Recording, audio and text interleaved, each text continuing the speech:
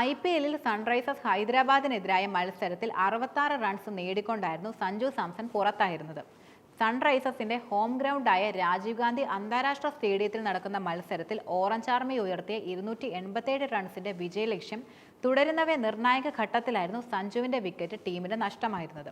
Yashasvi ജയ്സ്വാളും captain Riyan പരാഗും മെഗാലയത്തിൽ ടീമിലെത്തിച്ച Nitish റാണയും നിരാശപ്പെടുത്തുന്ന പ്രകടനം കാഴ്ചവെച്ചപ്പോൾ ധ്രുവ് ചുറൈലിനൊപ്പം മികച്ച കൂട്ടുകെട്ട് പടുത്തുയർത്തുന്നവയാണ് സഞ്ജു മടങ്ങിയതും.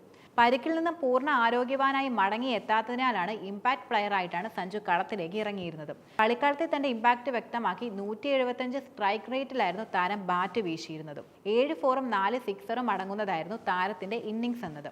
സൺറൈസേഴ്സിനെതിരെ 66 റൺസ് നേടിയതിന് പിന്നാലെയായിരുന്നു ഈ തകർപ്പൻ നേട്ടം സഞ്ജുവിന്റെ പേരിൽ കുറിക്കപ്പെട്ടത്. രാജസ്ഥാൻ റോയൽസിനായി IPL 4000 റൺസ് പൂർത്തീകരിക്കുന്ന ആദ്യ താരമെന്ന നേട്ടവും സഞ്ജു നേടിയിട്ടുണ്ട്.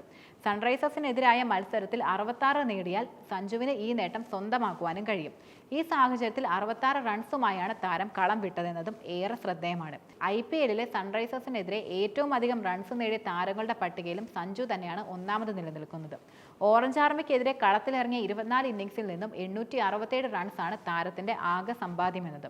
അതേസമയം ഏപ്രിൽ 5-ന് പഞ്ചാബ് കിങ്സിനെതിരെ നടക്കുന്ന മത്സരത്തിൽ സഞ്ജു ക്യാപ്റ്റനായി മടങ്ങി എത്തിയേക്കുമെന്നാണ് റിപ്പോർട്ടുകൾ സൂചിപ്പിക്കുന്നത്. പഞ്ചാബിന്റെ ഹോം സ്റ്റേഡിയമായ മുല്ലാൻപൂരിലെ മഹാരാജ യാദവിന്ദ്ര സിംഗ് അന്താരാഷ്ട്ര സ്റ്റേഡിയമാണ് ഇതിന്റെ വേദിയെന്നത്.